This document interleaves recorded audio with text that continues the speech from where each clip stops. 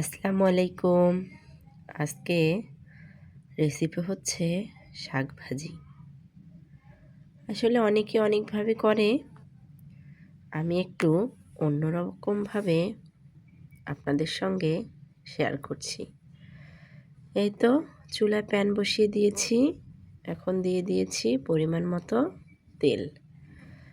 তেল ঢেলে দেওয়ার পরে এখন তেলটা গরম হয়ে গেছে। এখন দিয়ে দিচ্ছি কাঁচামরিচ, পেঁয়াজ এবং রসুন কুচি। এটাকে আস্তে ধীরে সুন্দর করে ভেজে নিতে হবে। আমি কিন্তু আগে থেকে শাকটা ভাপিয়ে রাখিনি, কারণ আমি এটাকে একবারেই ভাজি করব। সাথেই থাকুন কিভাবে শাক ভাজিটি তৈরি করি। দেখতেই পাচ্ছেন আস্তে আস্তে কাঁচামরিচ, পেঁয়াজ, রসুন কুচি এগুলো বাদামি হয়ে রং ধারণ করছে।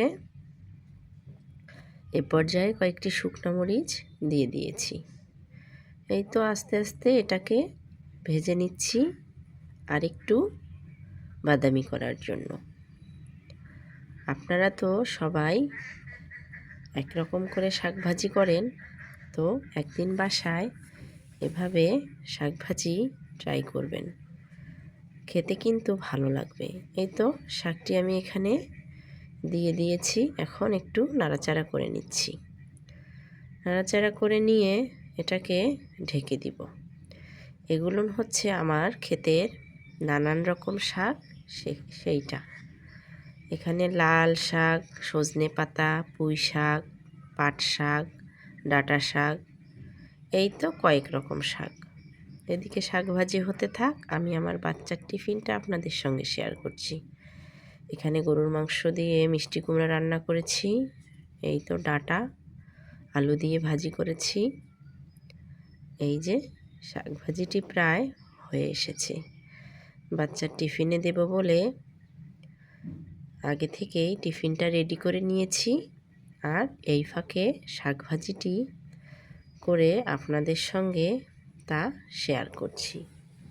এখন দেখুন ঝরঝরা করার জন্য আমি বারবার এটাকে নেড়ে দিচ্ছি যাতে পানিটা শুকিয়ে যায়। এই তো ঝরঝরে হয়ে গেছে প্রায়, দেখতেই পাচ্ছেন শাক ভাজিটি আমার হয়ে গেছে। এখন নামিয়ে নেওয়ার পালা। তো সকলেই ভালো থাকবেন, সুস্থ থাকবেন, আর আমার এবং আমার পরিবারের জন্য দোয়া করবেন। আল্লাহ হাফেজ।